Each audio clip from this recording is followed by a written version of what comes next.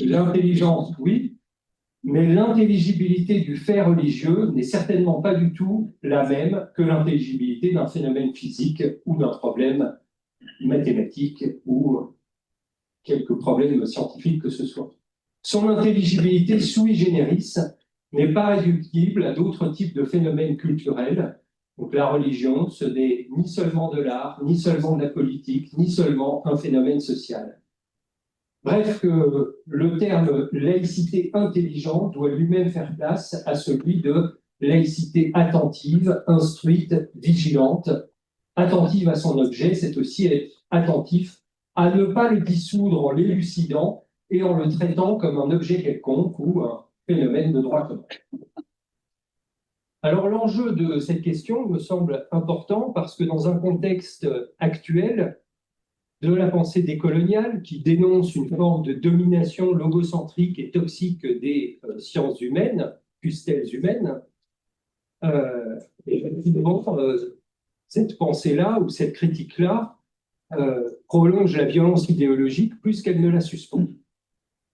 Et dans ce contexte très précis, il peut y avoir une possible confusion entre, je dirais, la problématique épistémologique elle-même, à savoir celle qui se fait un devoir de reconnaître les particularités de son objet, et, disais-je, une certaine confusion avec une revendication politique de reconnaissance du particularisme, revendication communautariste, elle, dont la légitimité est discutable dans le contexte de la laïcité contemporaine.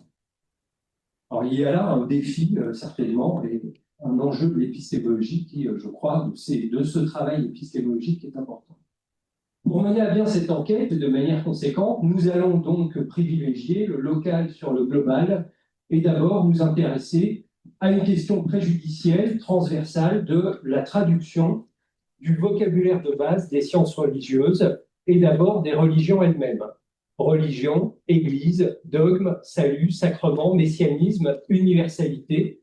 Qu'est-ce que toutes ces notions donnent à entendre dans les différentes langues où elles se disent, le turc, l'allemand, le japonais, le latin médiéval ou le russe. Notre enquête portera à la fois sur le vocabulaire des religions et sur celui des sciences religieuses, qui n'est justement pas le même. Par exemple, la notion de confessionnalisation n'appartient pas au vocabulaire des religions et fait partie des concepts qu'on leur applique. Il en va de même pour une notion aussi importante que celle du fondamentalisme, voire les notions de radicalisation, de fanatisme, notions clairement opaques qui mêlent toujours une description et un jugement de valeur. On s'intéresse en particulier à la notion centrale de la sécularisation, qui a été évoquée à plusieurs reprises aujourd'hui, tout à l'heure, et par Anne Fornereau ce matin. Concept central mais polysémique et donc très glissant. Nous nous proposons donc de repenser à nouveau frais cette notion qui relève à la fois de la sociologie, de l'histoire, du droit, de la philosophie et des sciences politiques. Donc un vaste chantier qui permettra de poser, ou plus exactement de reposer à nouveau frais, des questions classiques. J'en cite une, par exemple, le communisme est-il un concept religieux sécularisé? Les révolutions sont-elles des opérateurs de sécularisation? Ou bien l'idée de révolution est-elle la forme moderne d'une attente eschatologique proprement religieuse? Réciproquement, cela signifie-t-il qu'une certaine dimension révolutionnaire soit inscrite dans l'ADN de toutes les religions, ou bien y a-t-il des religions intrinsèquement pacifistes et indifférentes, et auquel cas, selon quels critères peut-on en juger? Je pense que le cas de l'Asie qu'on va évoquer tout à l'heure apportera ici un éclairage à la fois original et nécessaire. Ces questions ne sont pas vraiment nouvelles, et même pour certaines d'entre elles, elles sont un peu datées. On a écrit beaucoup d'articles sur l'idéologie, l'idéal communiste dans les années 1960, en particulier chez des gens comme Freud, par exemple. Mais ça ne veut pas dire que, pour dater qu'elles soient, ces questions ne sont pas pertinentes. Surtout, trouver les termes pour les poser. Alors, encore un exemple qui sera un exemple d'un travail que nous allons mener dans le cadre d'un séminaire interdisciplinaire donc, qui se tiendra à la fois à Strasbourg, à Paris et à Lyon. Je signalerai que pour la question du communisme comme concept religieux sécularisé, que la philosophie et la théologie russe moderne du 1er XXe siècle ont pas mal réfléchi à la question de la traduction de l'adjectif catholique, comme attribut de l'Église selon le credo, par le terme de sobornost, qui signifie l'assemblée au sens de la commune et qui joue un rôle déterminant dans la constitution de l'identité nationale russe. Mais ce n'est évidemment pas sans équivoque, et c'est sur de tels équivoques qui demandent à être clarifiés que se sont construits bien des discours, aussi bien laïques que religieux, et c'est souvent sur de tels fondements instables que reposent bien des théologies politiques de notre temps. Donc, je tends largement la main aux groupes religions et politiques, aux historiens et aux sciences sociales pour l'organisation, pour participer à un grand colloque sur les théologies politiques et le théologico-politique. Ce travail épistémologique de clarification contribue à la désacralisation et à la démystification de certains discours qui se réclament d'une forme d'autorité transcendante. Mais il faut prendre garde, ce sera ma conclusion, à ne pas nous faire non plus une idole de l'autorité transcendantale du savant ou de l'épistémologue, ce qui peut n'être en un sens qu'un doublon sécularisé et une ombre de la première autorité. Encore une fois, la question de la sécularisation est fondamentale pour l'épistémologie elle-même. Bref, je termine. Notre groupe de travail 4.1, 4 d'ailleurs, peut être un lieu de réflexion où les sciences humaines procèdent de manière réflexive à une espèce de bilan de compétences et de révision générale. Je dis révision et non pas autopsie, puisqu'on autopsie que les cadavres et que le but ici n'est pas d'euthanasier les sciences du religieux, mais au contraire de créer des synergies nouvelles et une dynamique commune dont la laïcité républicaine a plus que jamais besoin. Merci beaucoup. Je pense que, est-ce que Pierre-Antoine Favre nous a rejoint? Non. Non, toujours pas de... Donc, oui, c'est toujours coupé et quelque part en campagne. Alors, allez-y, Antonina, nous allons écouter maintenant, puisqu'elle travaille avec Pierre-Antoine Favre, Antonina Strano-Alonia. Bon, alors, Pierre-Antoine est au Mexique. Il a essayé de nous rejoindre à 6 heures du matin. J'espère qu'il puisse nous rejoindre maintenant, mais il m'a laissé son texte. En sachant que Pierre-Antoine a une plume très élégante et pas du tout d'accent italien. Je vais essayer de lui rendre justice pour la première. Je ne peux rien faire pour le deuxième. Donc, voilà, c'est la vérité. Alors, la traductibilité, principe d'un universel différencié, règle d'or de la tradition anthropologique de l'infinie variation des invariants, peut aussi apparaître comme les meilleurs mots pour l'entrée dans notre objet. Rien n'est intraduisible, rien n'est inaltérable. On peut évoquer comme un moment dramatique de l'articulation de ces deux propositions la déclaration d'intraductibilité et sa raison dans les secondes XVIe siècle américain, quand on renonce dûment à traduire certains termes cardinaux de l'Église catholique romaine, les prêtres, les temples, les sacrements, craignant qu'ils ne révèlent au mieux la trace ancienne d'une évangélisation à laquelle personne ne s'est reçu à croire. Pour, de l'autre main, multiplier dans d'innombrables dictionnaires la formulation de ces mêmes notions dans les langues américaines. Rien n'est inaltérable. Et l'on a compris ici une seconde dimension du problème. La signification d'un terme se transforme quand l'espace sémantique dans lequel il se déploie change. La religion peut désigner une institution religieuse pour le fond d'une religion postulée. Les termes désignent une religion en général quand ces fonds n'est plus postulé. La traduction est donc d'abord celle d'une réalité dans son contexte. Elle est les noms qu'on donne aux choses en situation. L'école de travail que nous avons à conduire ensemble se situe lui-même à l'entrecroisement de ces deux définitions de la traduction, entre les mots et les choses. Deux traductions simultanées, si je puis dire. Avec cet infime décalage qui fait les charmes vertueuses de la traduction simultanée. Justement, qui est le ton qu'il faut pour que quelque chose s'entende. Les malentendus n'étant d'abord souvent que les tons qu'il faut en parole traversés en espace.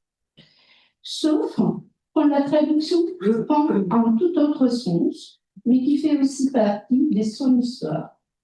Quand c'est mis dans la proposition, les concepts, la notion a été dénoncée comme une erreur, comme une faute, et que celui qui l'a prononcé est traduit en justice. Traduit en justice, c'est-à-dire transféré et transformé dans un autre espace, dans lequel il doit rendre raison de son acte. Celui, par exemple, d'une destitution de la religion comme valeur axiologique au bénéfice de sa vérité sociale, ou celui encore d'une instauration ou d'une restauration de la religion comme héritière d'une autre histoire, d'autres combats, d'autres institutions. Notre combat sera peut-être ici celui de l'ouverture ténue dans l'espace public, qui ne soit pas celui d'un tribunal. Voilà les mots de Pierre Antoine.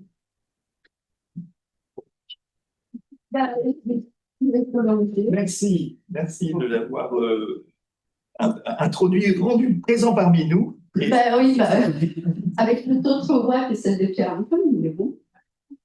Non, moi j'aimerais ajouter quelques mots aux réflexions de Pierre Antoine, car comme lui, je crois qu'il ne s'agit pas en fait de choisir entre traductibilité et intraductibilité, mais plutôt de penser et de reconfigurer, on va dire, les rapports, comment on pense les rapports entre les mots, les choses et les contextes culturels. C'est là, je trouve que c'est très important. Et en ce sens, en fait, la traductibilité ne désigne plus le passage d'une langue à une autre, mais plutôt la reconfiguration du sens lui-même, la manière dont un mot, en changeant d'espace, change aussi de contenu sémantique. Et c'est là, même au sein de la même langue, lorsque on passe, comme on disait tout à l'heure, d'une discipline à une autre. Et autrement dit, avec ça, j'ai terminé ma petite remarque, la traductibilité ne désigne pas un défi linguistique, mais je trouve elle devient une véritable épreuve épistémologique pour nos disciplines. Voilà. Merci. Nous allons maintenant davantage vers l'Orient et je laisse la parole à Pascal Bourdeau. Pour commencer, donc, je voudrais faire quelques commentaires pour expliquer que lorsque cette AEDIS a été proposée et que sa structuration a débuté, il nous paraissait comme un impératif catégorique de poser la question de l'épistémologie ou de la réflexion sur les termes, les outils que l'on utilise pour justement analyser le religieux. Parlons tous la même langue lorsqu'on parle de religion selon nos disciplines ou autres.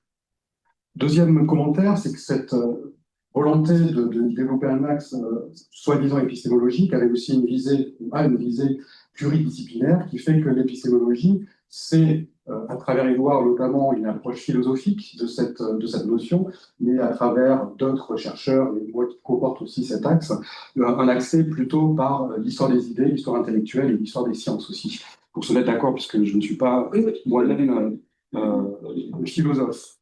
Et que cette table ronde, nous avons décidé aussi de l'ouvrir en invitant notamment Élie Dufourmont, Pierre-Antoine, qui ne sont pas directement les coporteurs de cette axe, mais qui nous aident aussi à réfléchir, et nous espérons cheminer encore avec nombre d'entre vous pour réfléchir donc à la structuration de cet axe. Donc c'est à la fois une réflexion élargie, puis des études de cas que l'on voudrait vous présenter très très rapidement.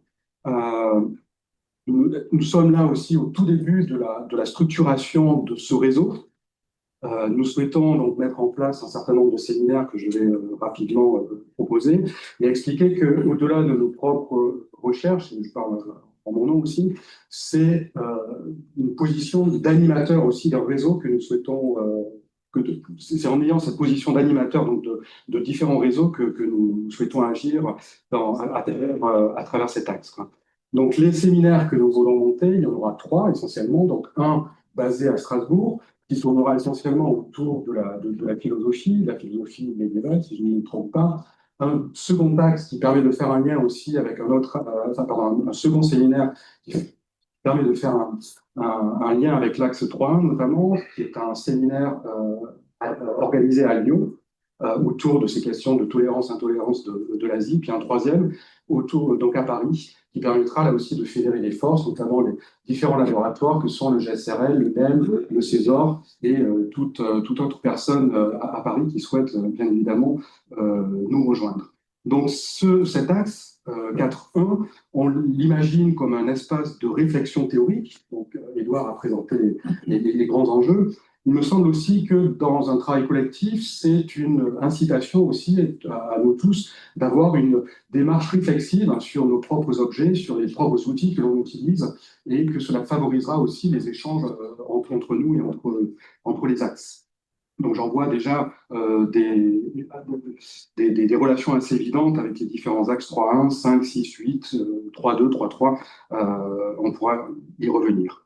Donc c'est à travers ma présence aussi une incitation aussi au décentrement théorique, puisque je travaille essentiellement sur le Vietnam et sur l'Asie du Sud-Est, je travaille sur le bouddhisme, et quand travaillant sur le bouddhisme, une première question, c'est bien évidemment, peut-on définir le bouddhisme comme une religion? Donc c'est repartir à la base de ces concepts théoriques et de sortir d'une vision européocentrique à travers les monothéismes ou à travers le discours des monothéismes sur les hérésies qu'il est fondamental de reposer.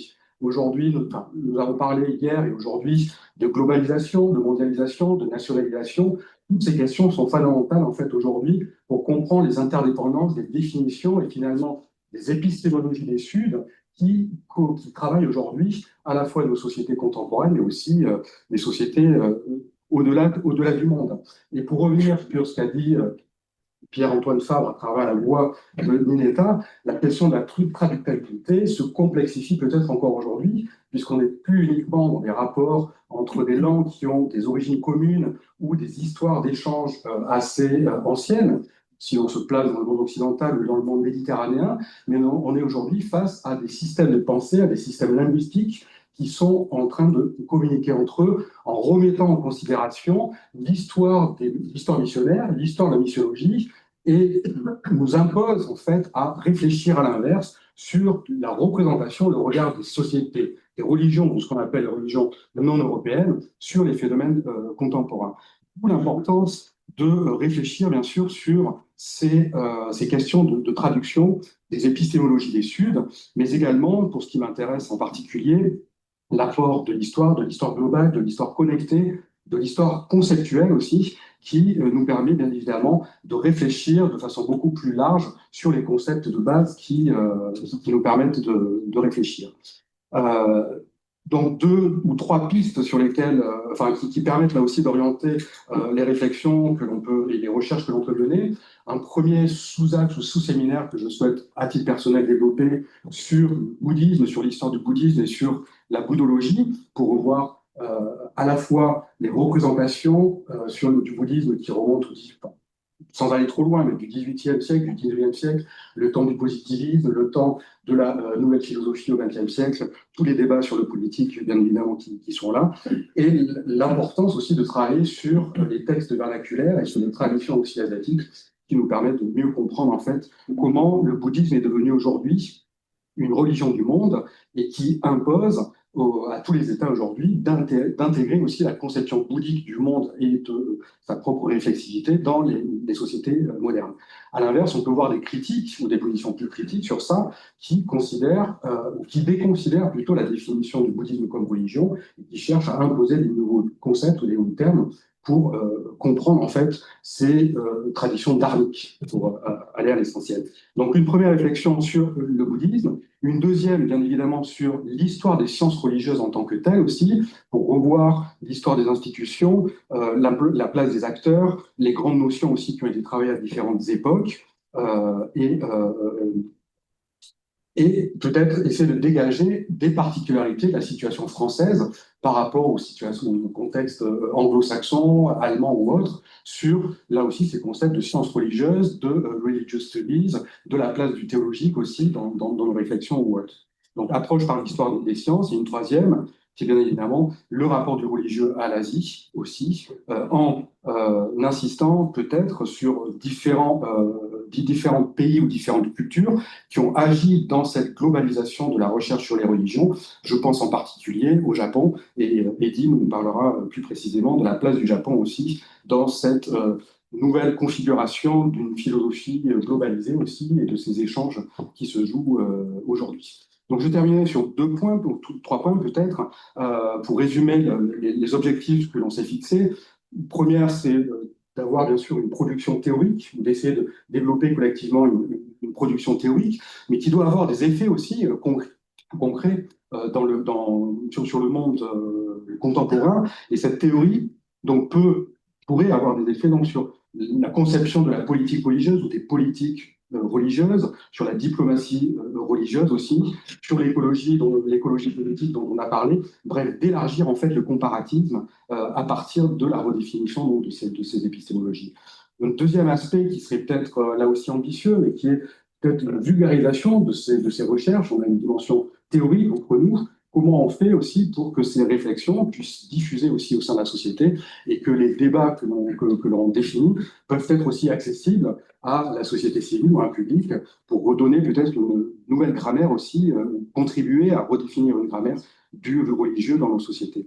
Et troisième point qui me paraît aussi important, c'est l'internationalisation aussi. On travaille bien sûr en contexte français, on travaille sur des enjeux qui sont purement franco-français, mais en quoi nos travaux aussi sont bien évidemment en discussion avec le reste du monde et peuvent apporter aussi une réflexion plus générale. Voilà, je laisse la parole à Heidi qui nous illustrera quelques cas vu du Japon. Merci Pascal.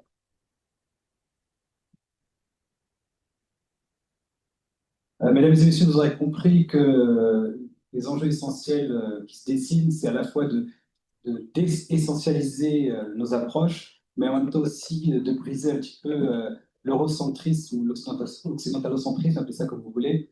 Et de ce point de vue, l'Asie peut largement contribuer à construire une approche plus globale, plus mondialisée, et c'est un enjeu fondamental, au moins en histoire, parce que maintenant il est question de construire une histoire mondiale qui dépasse les histoires nationales.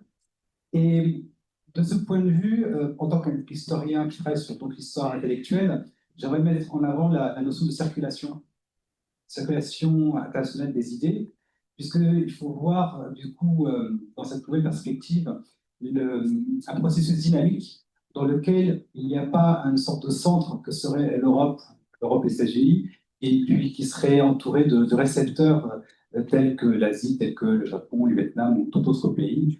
Vous pouvez appliquer celui que vous souhaitez. Donc, on se sortirait de ce schéma unilatéral qui décide les choses à sens unique et qui remplace plutôt, pour l'analyse, en fait, un jeu de va-et-vient et un jeu donc, de circulation dans lequel, en fait, il faut cartographier les routes des acteurs, identifier des acteurs qui sont les acteurs, évidemment, de ces routes et les objets qui empruntent ces routes. Et ces objets, eh bien, ce sont à la fois des textes, ce sont des notions, ce sont des mots. Donc, c'est typiquement l'approche que, du moins, l'histoire intellectuelle, Michel Espagne, il y a maintenant plusieurs années, a commencé à bâtir avec cette notion de transfert culturel entre la France et l'Allemagne au départ, mais qui a connu une certaine fortune et que j'essaie, pour ma part, d'appliquer dans le cas asiatique, dans le cas japonais. Et dans cette approche, il s'agit justement du coup de ne plus prendre comme évidence ces mouvements de réception ou d'acquisition, mais en fait de les interroger, donc d'en faire des analyses d'analyse. Et dans cette perspective, vous avez compris qu'un enjeu fondamental, eh bien, c'est la traduction.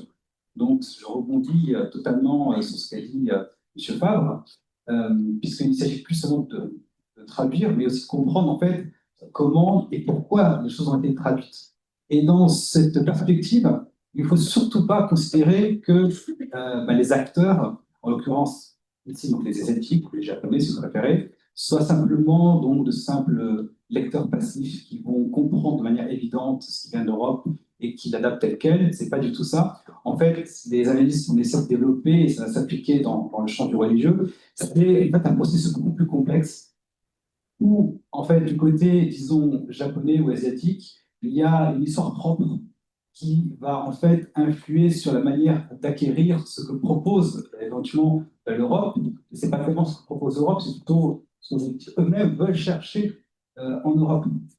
Et ça pose pas mal de défis et ça contribue finalement en fait à une invention, à une fabrication du religieux dans cette époque moderne. Donc, de ce point de vue, il faut considérer que tout ce que nous appliquons comme mot pour désigner le religieux de manière très générale, que ce soit les notions de base ou même les pratiques, tout ça est en fait de construction très complexe, bien en fait qu'il faut analyser.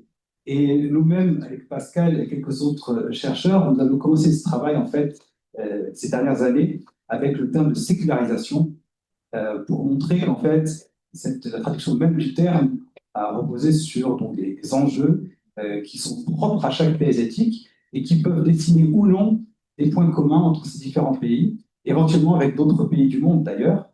Et en fait, c'est dans la poursuite, la continuité de ce projet que nous aimerions en fait continuer à travailler sur les termes mêmes donc, qui relèvent des sciences religieuses. Le terme même de sciences religieuses, shukyogaku, dirait-on en japonais, ou des pratiques pour montrer qu'en fait, eh bien, ça, ce sont des constructions qui ne sont pas de simple application de termes de mots inventés en Europe et que, encore une fois, les Japonais auraient benoîtement appliqué sans se poser de questions.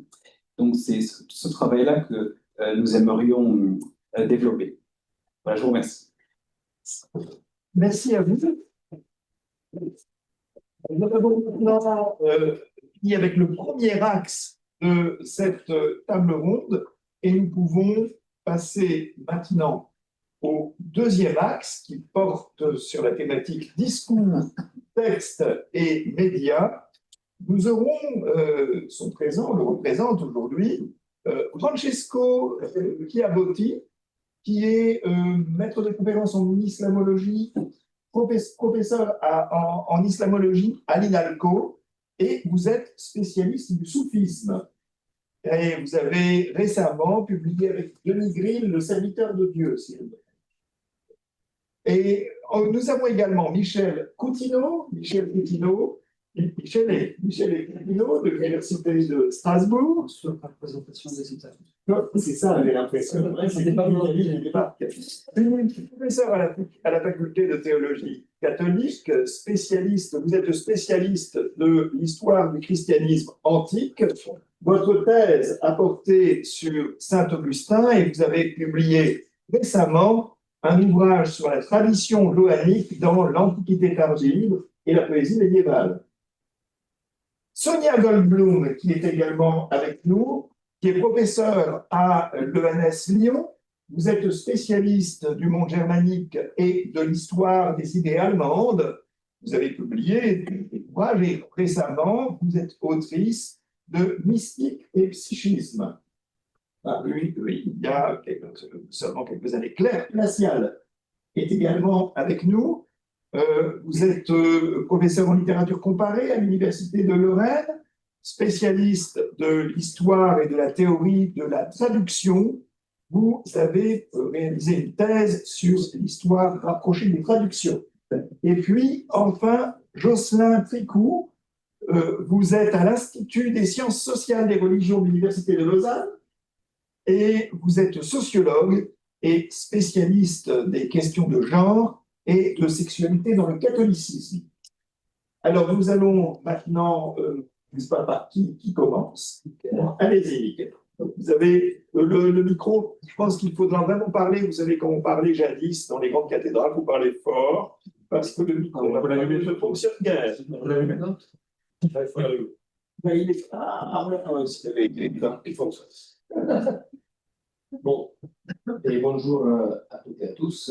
Et donc, comme vous l'avez bien compris de son intitulé, Discours, texte et médias, ces groupes de travail se concentrent sur des dispositifs concernant justement les questions liées à la textualité des discours religieux dans les nouvelles formes contemporaines.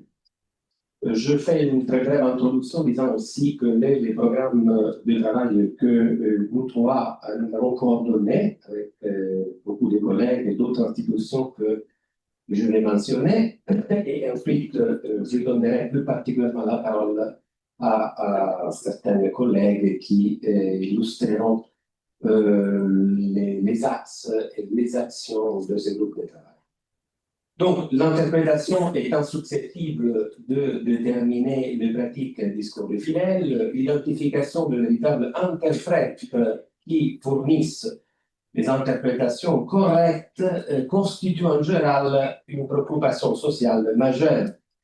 Cette question, cependant, devient vraiment importante si l'on considère justement les nouvelles formes à travers lesquelles le discours religieux produit et structurel. Et ces nouvelles formes, en général, j'ai constaté, en général et en particulier dans le contexte francophone, a reçu peu d'attention en général. Et comme on témoigne, d'abord, l'absence d'outils analytiques permettant de comprendre les arguments ou les discours fondés sur les textes religieux dans les divers contextes contemporains, qu'il s'agisse de médias ou de la sphère éducative. Donc, pour relever ce défi, la recherche de ces groupes se concentrera sur l'étude de la diversification des sources d'exégèse dans les discours religieux contemporains, à travers trois volets. Le premier, que nous avons intitulé comme groupe de travail les influenceurs religieux. Donc, le premier entend examiner la présence des discours exégétiques anciens, modernes, sur les réseaux sociaux et le web. L'analyse de ces discours devrait permettre de mettre en avant les modalités de production et de diffusion des discours religieux sur les réseaux. Et justement, en particulier, on tend à faire l'analyse approfondie des dynamiques, des stratégies de communication adoptées par les nouveaux influenceurs religieux, c'est-à-dire les personnalités les plus présentes dans les discours religieux dans les médias, et en particulier via les réseaux sociaux et aussi la télévision. Alors, cette action va se structurer autour des sous-actions, comme ça. C'est-à-dire qu'on a organisé toute une série de séminaires pour faire le point, tout d'abord, méthodologique sur la manière correcte d'aborder ces questions qui sont très délicates.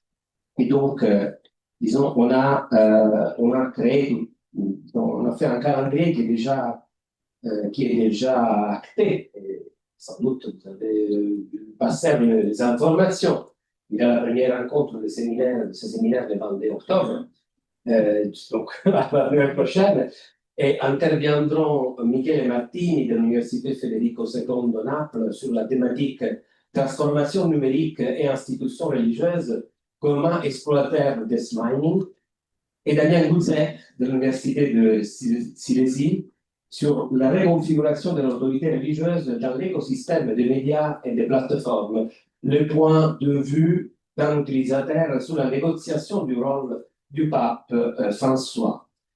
Et ensuite, il y aura la session du 27 novembre, dans laquelle nous aurons le plaisir d'entendre Heidi Campbell, qui est un peu la pionnière dans ce genre d'études, qui nous parlera de thèmes clés et tendances dans les études sur la religion numérique, et Holger Golan de l'Université de Haïfa, influenceur médiatique, acteur visible et invisible dans les contextes institutionnels et non institutionnels. Et les sessions continueront, parce qu'on a prévu déjà 3 sessions en 2026, comme donc, toi, appartenant à des associations différentes, moi à l'Université de Strasbourg, Federico Chiabotti à l'INALCO et Sonia Bloom à l'ENS Lyon. La session de 22 janvier se tiendra justement à l'INALCO et déjà donné la disponibilité à intervenir Ruth Surya, qui est la Seton Hall University États-Unis. Et le 25 mars à Strasbourg, il y aura 3 intervenants.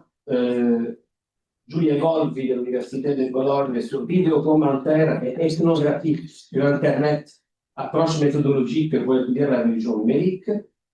Il y aura Gary Blunt de Royaume-Uni qui interviendra sur comprendre les algorithmes islamiques, interpréter l'influence et l'autorité dans les mondes numériques musulmans. Et enfin, Alberta Georgi de l'Université de Bergame, qui interviendra sur masculinité religieuse en ligne et influence religieux masculin. Et enfin, il y aura la session de Mandriadil, qui est en pleine construction, qui se tiendra à l'ENS de Lyon. C'est là pour vous donner encore la main, disons, je à côté de cette, disons, de cette action méthodologique, de ces séminaires méthodologiques, qui pourront être suivis en ligne.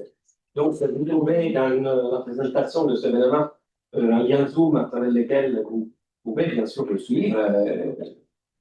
J'espère que cela pourra intéresser beaucoup d'entre vous. Et donc, on peut suivre les différentes séances. À côté de ça, il y a une enquête, disons, sur le terrain.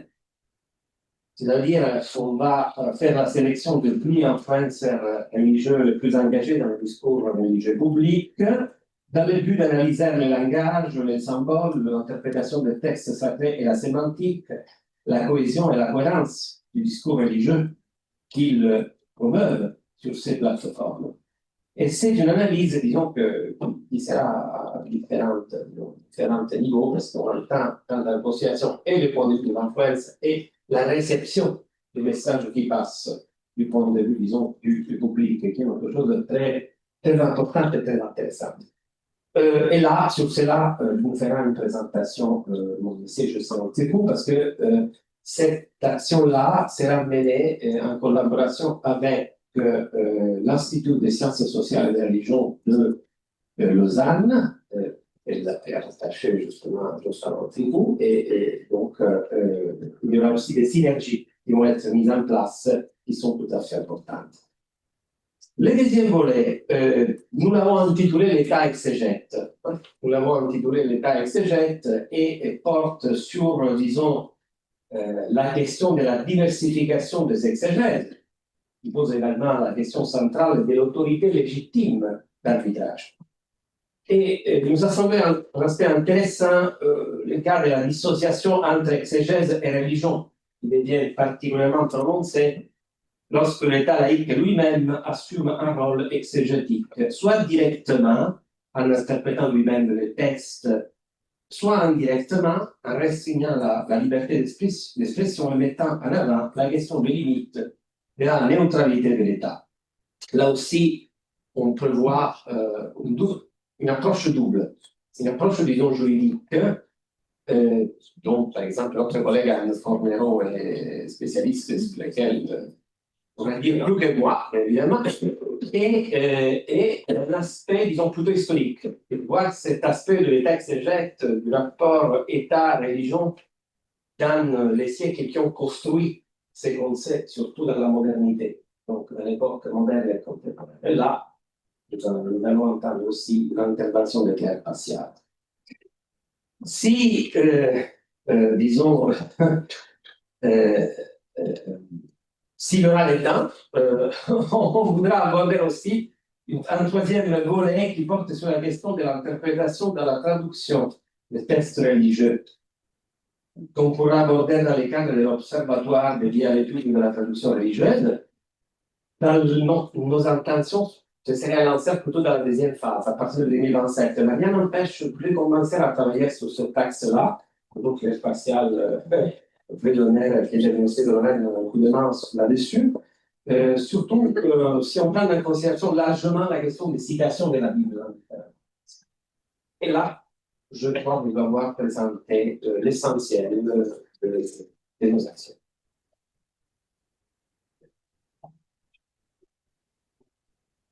Oui, d'accord. Donc, voilà, merci Mekele. Donc, je voudrais rajouter quelques éléments un peu autobiographiques parce que je pense que les porteurs de l'axe 4.2 ont une caractéristique, ils ne sont pas du tout spécialistes de ceux qui vont animer. Et c'est notamment le cas des autres axes, sauf erreur de ma part. Donc, c'est un challenge, bien évidemment, mais qui nous plaît. On espère le faire de la meilleure des façons, mais cela, quand même, m'interroge. Je vais parler en tant que, disons, de formation médiéviste, plutôt sur des langues orientales. Je pense qu'on va faire quand même très attention à garder aussi la profondeur historique. On a un antiquisant avec nous. Il y aura quelque chose, voilà, un apport de nos réflexes, une historiographie un peu différente. Et ça, c'est la première chose. La deuxième chose que je voudrais dire, c'est qu'on a besoin aussi des autres groupes de recherche, notamment sur la question des influenceurs. Donc, tu ne l'as pas dit, mais on va essayer de partir sur une recherche à un TAS, de ontologie des langues. Mais immédiatement, je suis confronté à la limite, parce que la tâche est énorme. Et deuxièmement, si on traite les médias, c'est de l'émotion, c'est de l'image et du son. C'est de l'image et du son. Et ça aussi, j'aurais besoin, après on va en discuter un peu plus demain, on ne peut pas analyser, il faut articuler en fait le message véhiculé par le narratif avec l'émotionnel. Et cet émotionnel-là, je parle en tant qu'utilisateur de ces médias-là, s'exprime d'une façon qui est très forcée. C'est-à-dire que l'influenceur doit pouvoir marcher, donc doit satisfaire les exigences de son algorithme, et qui sont celles de la cliquabilité et du partage. Mais comment on analyse tout cela? Parce que ce sont des tonalités de la post-production, ce sont des musiques très répétitives qu'on pourrait trouver un peu partout, pseudo-dramatiques. Donc là, on aura besoin sur une première phase, TAL, traitement automatique des langues, mais il faudra aller plus loin dans le traitement de l'Internet, parce qu'il y a quasiment de la neurologie derrière. Sur cela, on aura besoin de vos réactions, vos critiques, vos remarques. Voilà, c'est tout ça que je voulais dire pour élargir un peu le discours. Et un mot de Sonia. Oui, alors je me retrouve dans la même situation que mes camarades. Moi, je suis spécialiste de l'histoire intellectuelle des Juifs d'Allemagne, principalement au XXe siècle, avec une petite remontée 18e, 19e. Et pour moi, l'intérêt notamment de convoquer les réseaux sociaux comme lieu de développement d'un discours religieux, si j'essaye de me le traduire à moi, à partir des objets sur lesquels je travaille, je vous raconte une petite histoire et puis on verra. J'ai pas mal travaillé sur la presse judéo-allemande 19e, 20e. Et à mon sens, il y a une des caractéristiques de cette presse, qui est d'ailleurs assez peu étudiée, qui documente en fait un passage du discours religieux à un discours médiatique qui comporte des éléments religieux. C'est-à-dire que cette presse judéo-allemande, elle comporte des articles de politique, des articles culturels, et aussi tout à fait des articles qui relèvent d'un discours sur le religieux, en tout cas, aussi d'un discours de combat entre différents courants, etc. Et ce passage, ce changement de discours, il a été très bien documenté dans le rôle universitaire du passage de ce qu'on disait tout à l'heure, hein, du discours de la religion aux sciences religieuses. Ça a été très bien fait pour le domaine allemand et pour le domaine judéo-allemand. Mais le passage du discours religieux au discours de presse, à mon sens, il a peu été étudié et il aurait un grand intérêt parce qu'il y a sans doute des points communs, des points de divergence aussi, mais des points communs avec le passage actuel d'un discours religieux sur les réseaux sociaux. Et si j'essaie de réfléchir à ces points communs, il y en a au moins un qui me frappent, c'est les effets de voisinage. C'est-à-dire que la presse crée du voisinage entre des thématiques qui, a priori, n'ont rien à voir, et une forme de lissage du discours entre des discours, des articles qui traiteront de questions religieuses et puis des articles qui traiteront de questions politiques ou de questions culturelles. Et à mon sens, les réseaux sociaux créent, alors pas forcément le même lissage, mais peut-être aussi sur des modes de discours, des manières de filmer, des manières d'exposer le discours religieux qui se retrouvent, qu'on parle de cuisine, de cosmétiques ou de questions religieuses. Donc, cette question du lissage du discours et aussi cet effet de juxtaposition thématique, puisque quand on consulte une page d'un réseau social, on a toujours l'élément religieux qu'on consulterait, par exemple, à côté d'autres éléments qui peuvent être complètement hétérogènes. Donc voilà, c'est un peu le type de réflexion à partir de la profondeur historique que m'apporte mon expertise à moi, que je voulais amener et apporter à votre réflexion sur cette question des réseaux sociaux. Et je laisse la parole à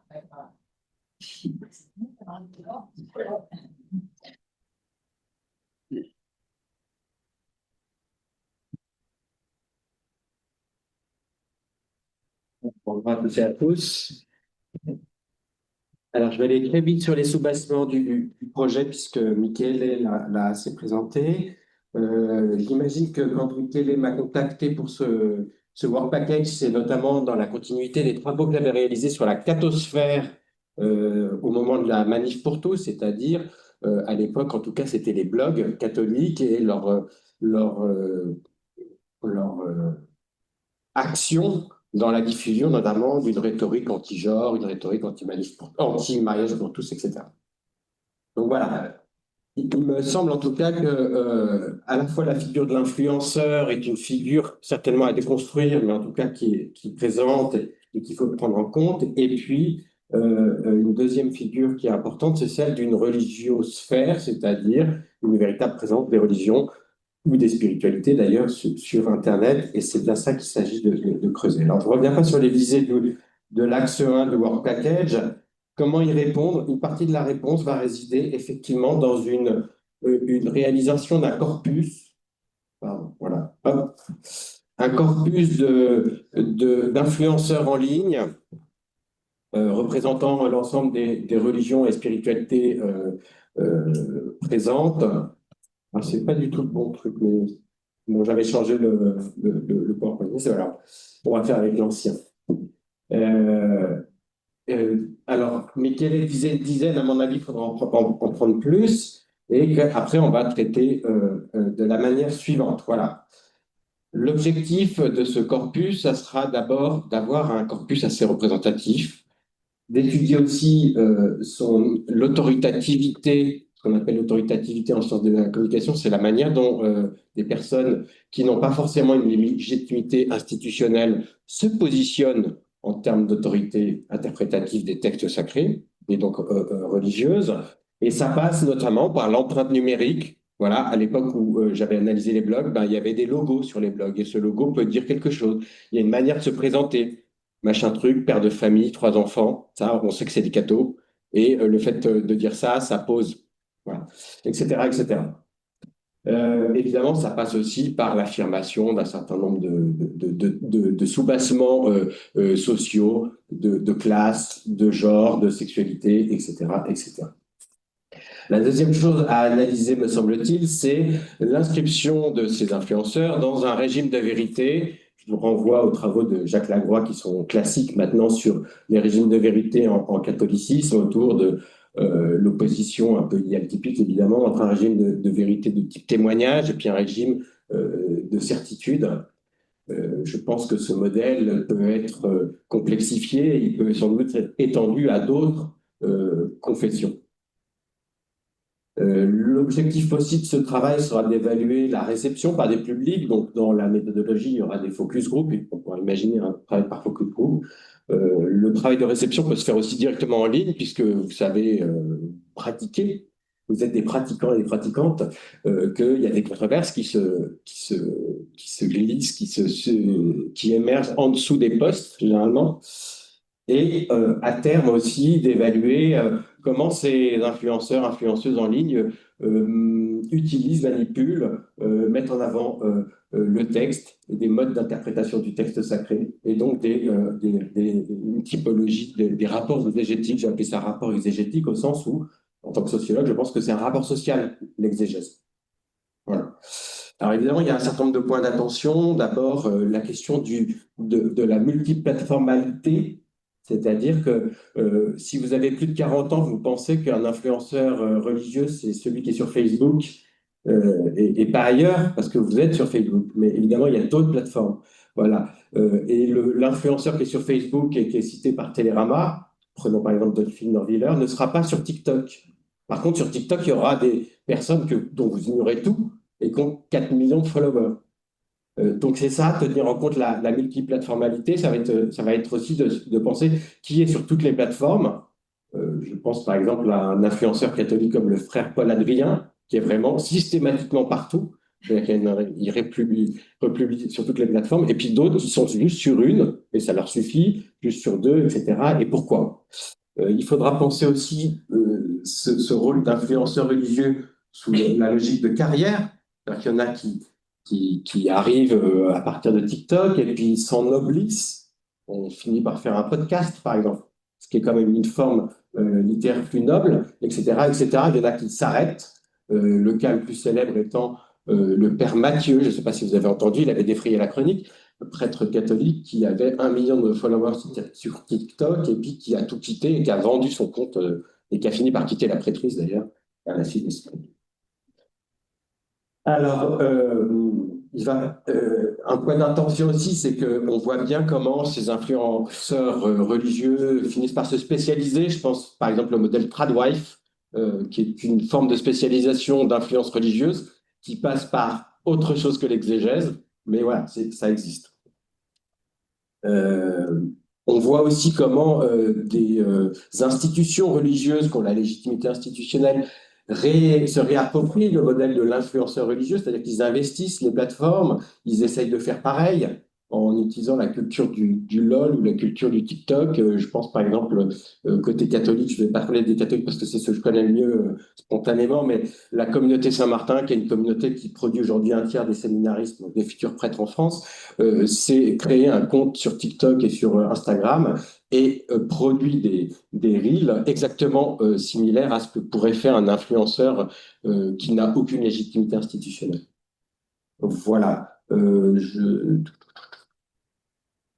Un certain nombre de ces influenceurs aussi se connaissent, se rencontrent, se coalisent offline, dans la vie réelle, pour augmenter, j'allais dire, leur puissance. Donc ça aussi, c'est des choses à prendre en compte. Quand on regarde l'influence en ligne, on ne peut ignorer qu'il y a aussi des relations hors ligne.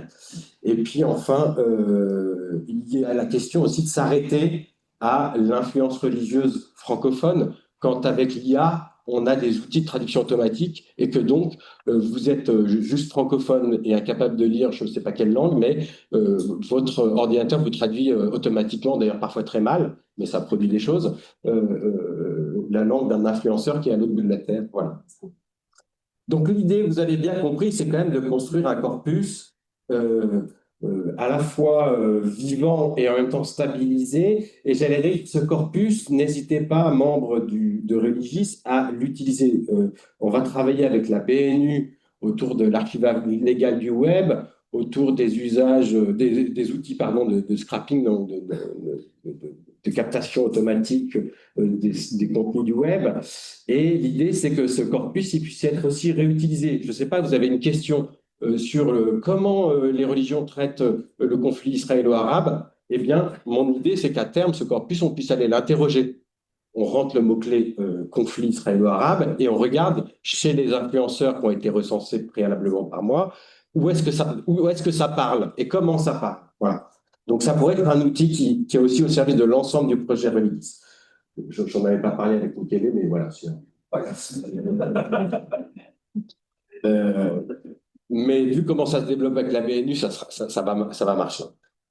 L'idée aussi, c'est qu'avec ce séminaire dont a parlé Michele, c'est de réinscrire ce travail au cœur d'un travail sur les Religious Digital Studies, qui est un travail ancien, hein. Ça fait maintenant une vingtaine d'années que ça existe, et le séminaire aura cette vertu, faire venir les compétences étrangères qui sont largement avancées, et nous-mêmes nous réinscrire dans un projet global d'études des religions en ligne.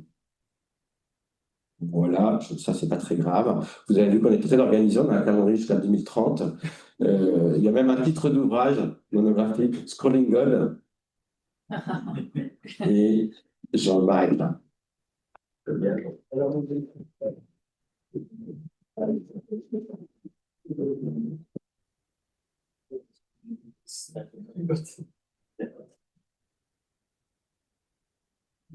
Merci beaucoup. J'ai aussi un petit PowerPoint sur lequel on va basculer. Comment ça fonctionne? Est-ce que je vais y arriver toute seule?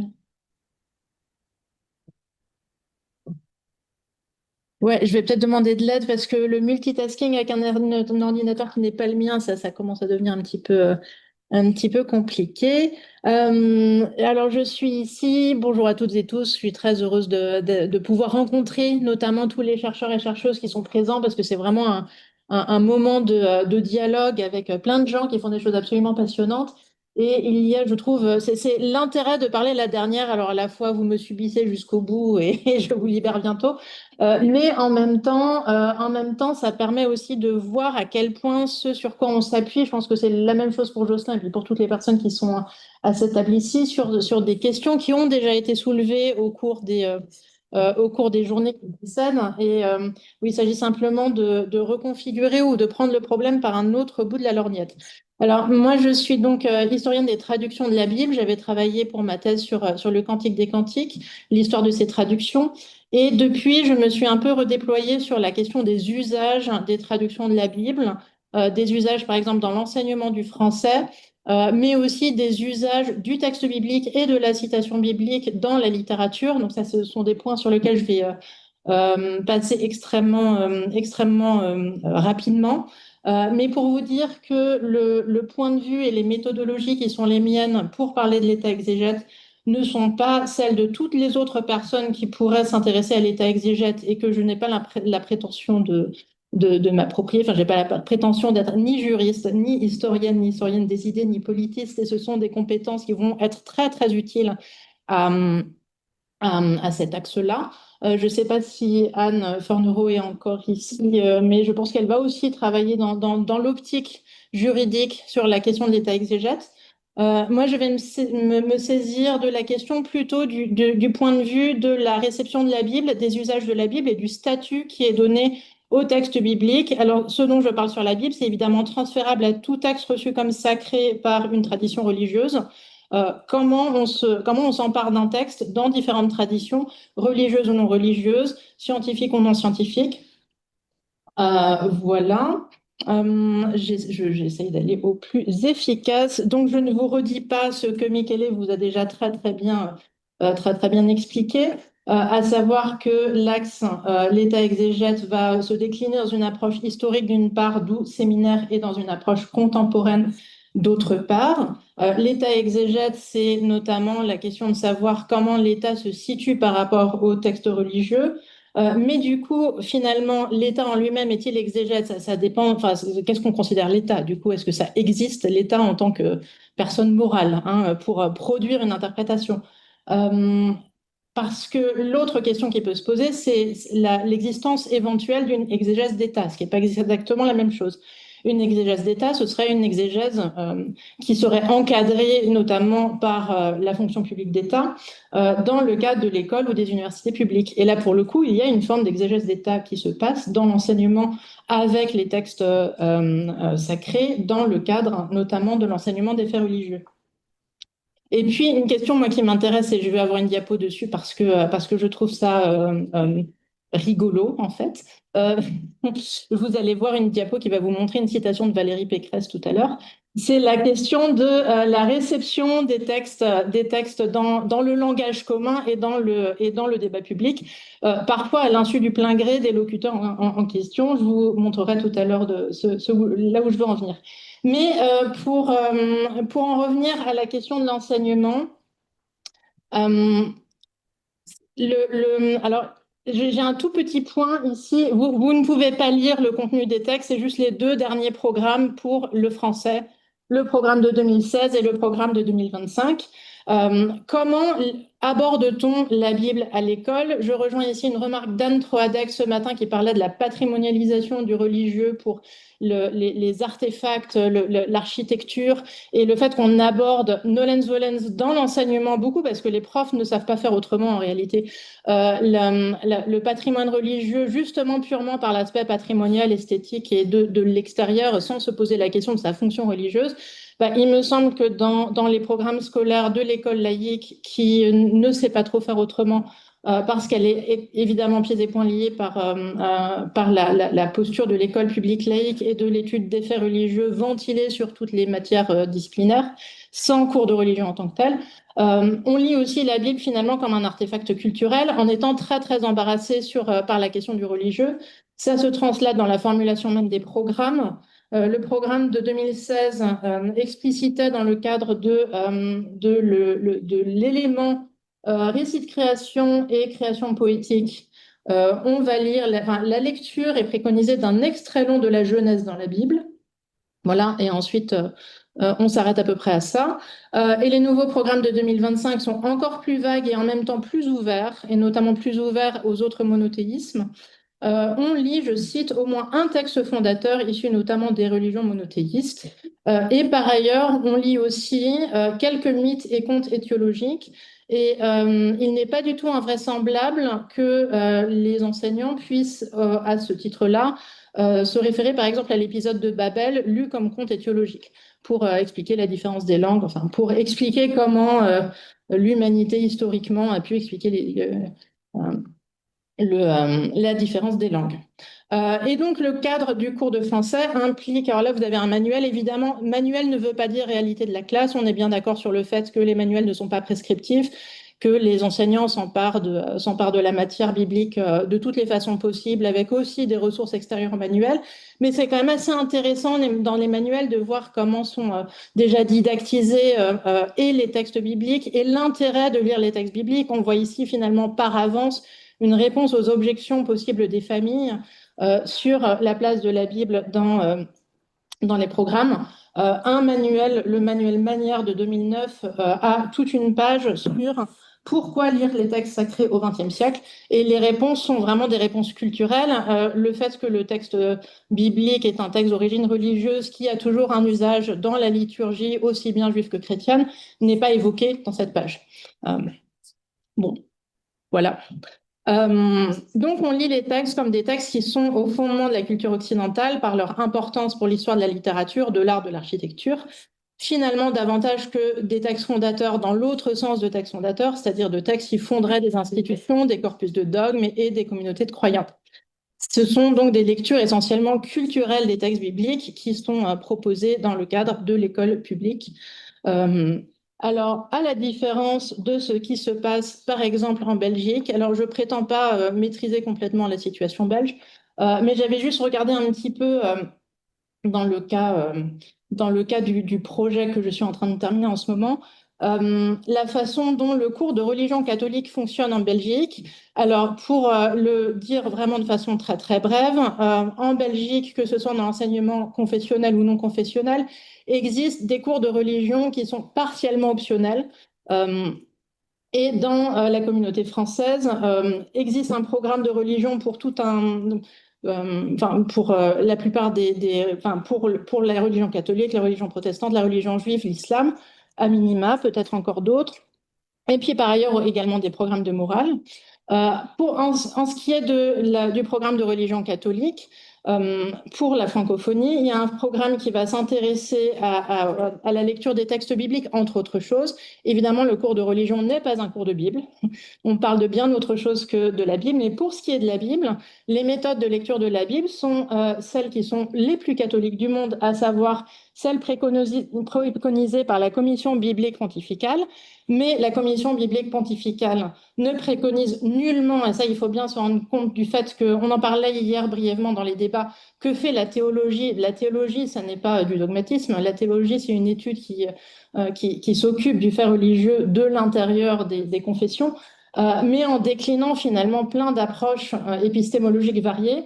Et en l'occurrence, la Commission biblique pontificale dégage un certain nombre de modes officiels d'approche des textes qui vont être préconisés aux enseignantes et enseignants de religion pour lire la Bible selon, par exemple, la méthode historico-critique, les nouvelles méthodes d'analyse littéraire, les approches basées sur la tradition, les approches par les sciences humaines, les approches contextuelles, dont approche libérationniste et approche féministe. Et en tout dernier, lecture fondamentaliste. Donc on voit un petit peu une espèce de hiérarchie implicite. Le féminisme et le fondamentalisme sont tout à la fin. Voilà. Je ne commenterai pas plus alors. Tout ce que je conclus de cela, c'est que finalement, y a bien des modes différents. Enfin, la question qui m'intéresse derrière tout ça, c'est la question des modes de lecture et du statut du texte. Quel statut du texte on donne au texte biblique lorsqu'on le lit? Je vais conclure hyper rapidement en vous montrant deux petites choses. Là, c'est vraiment pour la détente. C'est les hommes d'État exégètes qui s'ignorent. Je ne sais pas si vous avez été sensible au moment de la dissolution en 2024 d'un élément de langage qui a beaucoup traîné dans la droite française. C'était un tel s'est vendu pour un plat de lentilles. Et Valérie Pécresse a dit de Ciotti, qui appelait à soutenir localement les candidats Rassemblement national, s'ils étaient en balance avec des candidats de la gauche, qu'il avait vendu son âme pour un plat de lentilles. On a aussi vu ça chez Laurent Geoffrin à propos de LFI. LFI se vend pour un plat de lentilles. D'où, alors ça c'est moi qui m'exprime sur les réseaux sociaux en disant bon, est-ce que je fais un billet de blog sur le plat de lentilles, oui ou non? Et quelqu'un me dit oui, parce que je comprends pas l'expression. Et alors le plat de lentilles, d'où il sort de la Bible, il sort de la Genèse en l'occurrence.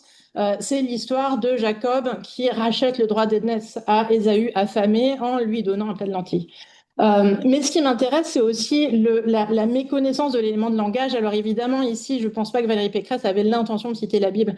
Mais ce qui est intéressant, c'est de voir la disparition finalement du référent Bible dans l'utilisation d'un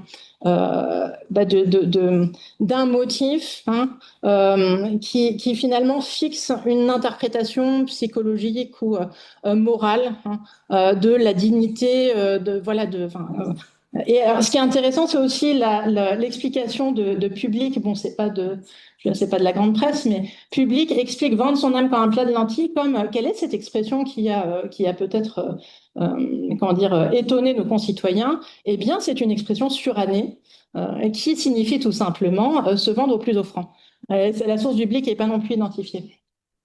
Bon, et je finis juste sur les prémices du troisième axe dont parlait Michele, dont je crains d'être un petit peu à l'origine, parce que c'est aussi finalement là que se déploient les discours religieux et les nouveaux discours religieux de façon contemporaine.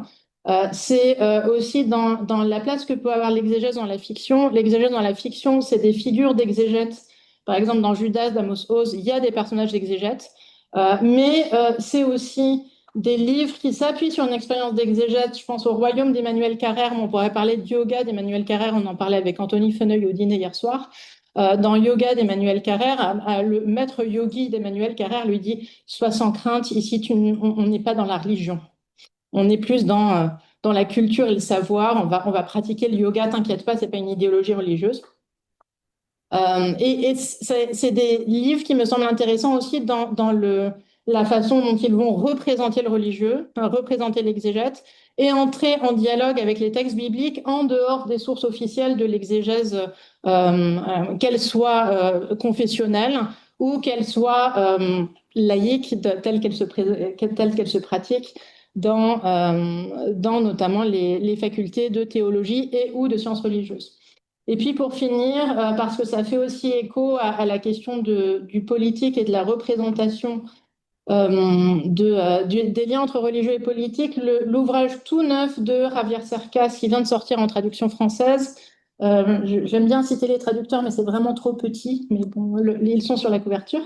C'est l'ouvrage qui a été commandé par le Vatican à cet écrivain qui se présente lui-même comme athée de gauche, pour qu'il accompagne le pape François dans un de ses tout derniers voyages en Mongolie, et qu'il en fasse un récit documentaire. C'est vraiment très intéressant finalement sur la façon dont c'est une opération de communication très réussie de la part du Vatican, parce que le portrait qui émane en fait ensuite du pape François vient justement de l'extérieur de l'Église, et le présente sous un jour nuancé mais pas du tout défavorable. Donc c'est une bonne opération de pub. Et c'est un livre qui pose des vraies questions, et notamment la question de savoir si le pape est un leader religieux ou un leader spirituel. Notamment parce que ce que remarque Cercas de façon très insistante dans le livre, c'est la façon dont la presse parle du pape François en tant que personne prenant fait et cause pour les migrants, par exemple, mais pas du tout du contenu proprement spirituel de ce qu'il expose.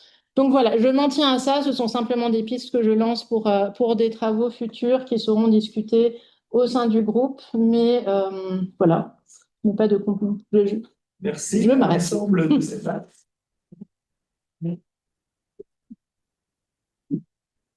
Et si tu peux faire passer cela. Oui, là. C'est avec moi qui ne veut pas marcher. Hein. Bon. Alors, nous avons quelques minutes pour une discussion, pour un échange. Je remercie beaucoup les intervenants. Ça me comble, moi qui viens de Suisse. On est parfaitement ponctuel. C'est merveilleux.